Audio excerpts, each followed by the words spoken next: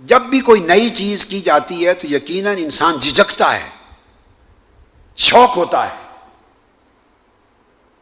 لغوی بدعت ذہن میں آتی ہے کہ یہ تو نیا کام ہو رہا ہے جو حضور نے نہیں کیا۔ بھئی جب ہم کہتے ہیں کہ جو کام حضور نے نہیں کیا، صحابہ نے نہیں کیا، بعد میں کیا جائے بدعت ہے، تو یہ بات سمجھ لیں، ہم سمجھتے ہیں نا، ہم ان کو شامل کر لیتے ہیں، تو جب صحابہ کرنے لگتے تھے نیا کام جو حضور نے نہیں کیا، ان کی ذہن میں بھی یہی بات آتی تھی، اسی بات سے سوچ کا آغاز ہوتا تھا۔ تو انہوں نے کہا کیف تفعل شیئا ما لم یفعل بہ رسول اللہ صلی اللہ علیہ وسلم، اے عمر، سیدنا ابو بکر صدیق نے فرمایا تم وہ کام کیسا کرنا چاہتے ہو، کیسے کرنا چاہتے ہو جو رسول پاک صلی اللہ علیہ وسلم نے نہیں کیا، ایک نیا کام ہے۔ انہوں نے کہا واللہ ہوا خیر۔ کیف تفعل شیئا میں لفظ بدعت ہے، کیا کیف تفعل شیئا ما لم یفعل بہ رسول اللہ میں لفظ معنی بدعت ہے کہ یہ نیا کام ہے، بدعت کیسے کرنا چاہتے ہو؟ اور جواب واللہ ہوا خیر، خدا کی قسم ہے تو نیا مگر ہے اچھا، اس میں لفظ حسنہ ہے۔ دو جملے جمع کیے بخاری شریف کے تو بدعت حسنہ نکل آئی۔ بدعت ما لم یفعل بہ رسول اللہ میں بدعت کا تصور ہے، اور واللہ ہوا خیر میں حسنہ کا تصور ہے۔ اصل بتا رہا ہوں، اصل۔ پھر دونوں صحابہ نے مل کر تو سیدنا صدیق کے اوپر کہتے ہیں میرا سینہ کھل گیا، واللہ ہوا خیر سے سینہ کھل گیا۔ ان کے سینے اس لیے کھلتے تھے کہ ہر وقت انشراح کے لیے تیار تھے، اللہ ہمارے سینے بھی کھول دے۔ پھر دونوں نے مل کے حضرت زید بن ثابت سے کہا زید بن ثابت تم قرآن مجید کو جمع کرو ایک جلد کے اندر، ایک کتابی صورت میں، کہ کہیں قرآن مجید سینوں سے تلف نہ ہو جائے۔ جو متفرق نسخے ہیں سارے اکٹھے کر کے قرآن مجید کو مرتب مدون کرو۔ اب سنیے، انہوں نے بھی وہی سوال کیا جو بحث وہاں ہو چکی تھی، یہ صحیح بخاری ہے۔ انہوں نے کہا کیف تفعلان شیئا ما لم یفعل بہ رسول اللہ صلی اللہ علیہ وسلم، اے ابو بکر و عمر رضی اللہ تعالیٰ عنہما، تم دونوں وہ کام کیسے کرتے ہو جس کو رسول پاک نے نہیں کیا صلی اللہ علیہ وسلم؟ بولیے یہی استدلال ہوتا ہے یا نہیں؟ استدلال یہی ہوتا ہے نا، ان کو بھی یہ ہوا تو انہوں نے ان کو بھی جواب دیا، ہاں انہوں نے نہیں کیا، واللہ ہوا خیر۔ وہ سینے میں ایک ہاتھ جو مارا اور کہا خدا کی قسم کام تو نیا ہے، یعنی لغون بدعت ہے، لغون بدعت ہے مگر ہے خیر۔ فرماتے ہیں میرے سینے پر ہاتھ لگایا اور یہ جملہ بولنے کی دیر تھی، میرا سینہ کھل گیا اور مجھے بھی اس کا حسنہ ہونا سمجھ میں آ گیا۔ اور یہ جو حدیث میں نے آپ کو بتائی لکھ لیں، یہ صحیح بخاری کتاب التفسیر حدیث نمبر 1720، اور پھر دوبارہ صحیح بخاری کتاب الاحکام حدیث نمبر 2629،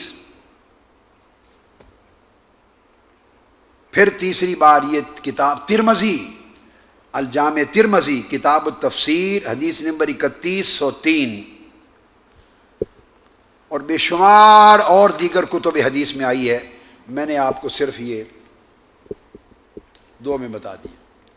اسی طرح عرض کرنے کا مقصود یہ تھا کہ جب نیا کام کوئی ہوتا ہے، نیا کام، تو وہ لغون ایک بدعت ہوتا ہے، مگر دیکھا جاتا ہے کہ یہ منشاء شریعت کے تابع ہے اور مقاصد شریعت کی مطابقت میں ہے اور امر خیر کے لیے ہے یا خلاف احکام شریعت ہے، اس پر تعین ہوتا ہے حسنہ اور سیئہ کا۔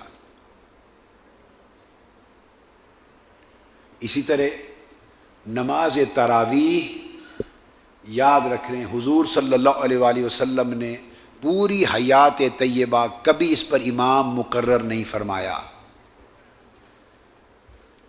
خواہ کوئی 20 رکعتیں پڑھے یا 8، میں دونوں کے لیے بتا رہا ہوں، نہ 8 رکعتوں کے لیے امام تراویح مقرر کیا گیا، نہ 20 رکعتوں کے لیے امام تراویح مقرر کیا گیا۔ اس وقت گفتگو رکعت کی نہیں کر رہا، یہ الگ آئے گی، آگے حدیث آئے گی، میں امام مقرر کر کے باجماعت نماز تراویح کا اہتمام کرنا، یہ بدعت ہے۔ حضور علیہ السلام کے زمانہ اقدس کے اعتبار سے آقا علیہ السلام نے نہیں کیا امام مقرر، اور کل حیات مبارکہ میں آقا علیہ الصلوۃ والسلام 2 راتیں یا تیسری رات 3 راتیں صحابہ کرام کے ساتھ آ کے نماز پڑھی۔ تیسری رات ساری رات صحابہ کرام انتظار کرتے رہے کہ حضور تشریف لائیں گے، اور آقا باہر تشریف نہیں لائے، اور آپ نے فرمایا مجھے ڈر ہے کہ امت کہیں واجب نہ سمجھے۔ پھر سیدنا ابوبکر صدیق نے 2.5 سال تک امام مقرر نہیں کیا نماز تراویح پر۔ پھر سیدنا فاروق اعظم رضی اللہ تعالیٰ عنہ کے بھی اوائل دور میں امام مقرر نہیں تھا۔ پھر ایک روز سیدنا فاروق اعظم رضی اللہ تعالیٰ عنہ باہر نکلے اور آپ نے مسجد نبوی میں دیکھا لوگ متفرق نماز تراویح ادا کر رہے ہیں، صحابہ کرام۔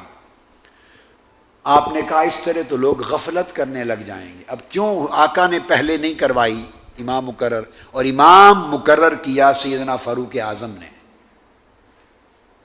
آپ کے ذہن میں سوال آئے گا کہ اگر انہوں نے مقرر کیا تو حضور نے مقرر کیوں نہیں کیا؟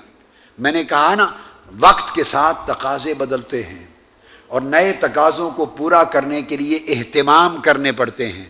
وہ اہتمام اگر تابع اصل اور مطابق شرع مقاصد شرع ہو تو وہ برا نہیں ہوتا، وہ بدعت دلالہ نہیں ہوتی۔ خلاف مقاصد شرع ہو تو برا ہوتا ہے۔ آقا علیہ السلام نے امام کیوں نہیں مقرر کیا؟ سادہ جواب ہے کہ دور غفلت نہ تھا، وہ دور غفلت نہ تھا۔ صحابہ مستعد رہتے ساری رات بھی عبادت کرنے کے لیے، آقا روکتے تھے کہ اتنا نہ کھڑا ہوا کرو، کچھ سویا کرو، کچھ پڑھا کرو۔ وہ دور تھا۔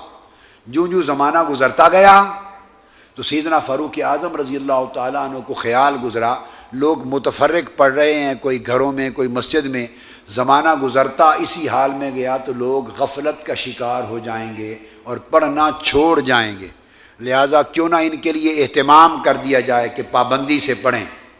تو سیدنا فاروق اعظم رضی اللہ تعالیٰ عنہ نے حضرت ابی بن کعب رضی اللہ تعالیٰ عنہ کو امام تراویح مقرر کر دیا۔ کیا؟ حضرت ابی بن کعب رضی اللہ تعالیٰ عنہ تو پہلا امام تراویح آقا علیہ السلام کے وصال کے تقریباً 3 سال کے بعد مقرر ہوا۔ سیدنا فاروق اعظم نے امام مقرر کیا، حکم دیا کہ ان کے پیچھے باجماعت پڑھو۔ اگلی رات پھر نکلے دیکھنے کے لیے، جب آئے اور دیکھا کہ امام کے پیچھے باجماعت نماز پڑھ رہے ہیں تو سیدنا فاروق اعظم رضی اللہ تعالیٰ عنہ نے فرمایا، اور یہ حدیث بھی صحیح بخاری میں ہے،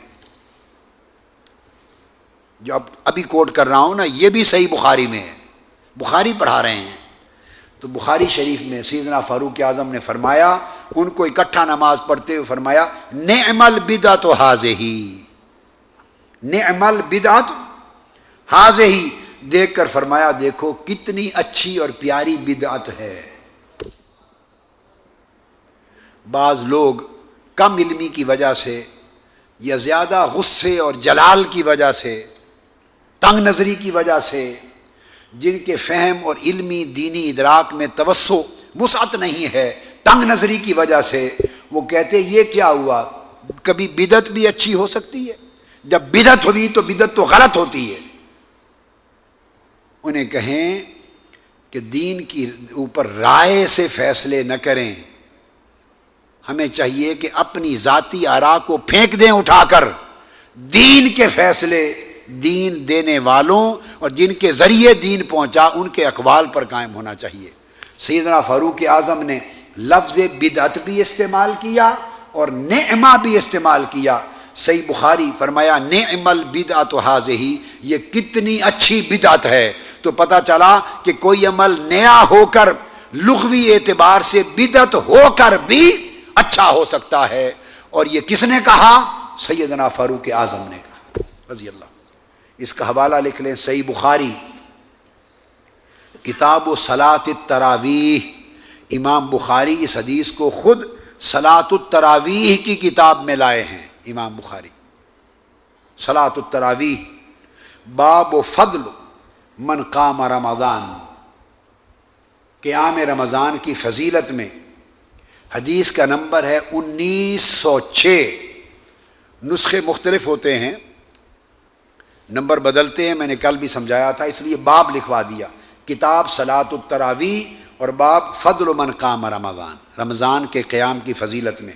یہ امام بخاری اس حدیث کو لائے، اور موطا امام مالک وہ بھی حدیث نمبر 250 کے تحت جلد دوم میں اور جلد اول میں 114 امام مالک بھی الموطا میں حدیث کو لائے، اور دیگر کتب میں بھی ہے. میں نے صلاۃ التراویح کے عدد پر حدیث کی پوری کتاب مرتب کی ہے. التصریح فی صلاۃ التراویح، یہ حدیث کی کتاب ہے جو میں نے نماز تراویح کے عدد پر مرتب کی ہے. تفصیل پڑھنے کے لیے یہ میری حدیث کی کتاب جو چھوٹی ہے آپ کے لیے کافی. سمجھانا مقصود کیا تھا؟ یہ بات سمجھا رہا تھا اس طرح ہر شے سادہ حالت سے ارتقاء کر کے ترقی کی طرف گئی، اور ساری ترقیات، ارتقاءات اور اضافات جو مقاصد شرع کے تابع اور اصل کے تابع اور مطابق ہوں، وہ اضافات اور وہ نئے کام بدعت سیئہ میں اور بدعت ضلالہ میں نہیں آتے. وہ مستحسنات ہوتے ہیں، اور اگر ان پر لغوی اعتبار سے بدعت کا لفظ لکھا بھی جائے جو ائمہ نے لکھا ہے تو وہ بدعات حسنہ ہوتی ہیں. سب سے پہلے نئی ویڈیوز کو حاصل کرنے کے لیے شیخ الاسلام ڈاکٹر محمد طاہر القادری کے آفیشیل یوٹیوب چینل کو سبسکرائب کریں اور بیل آئیکن کلک کریں.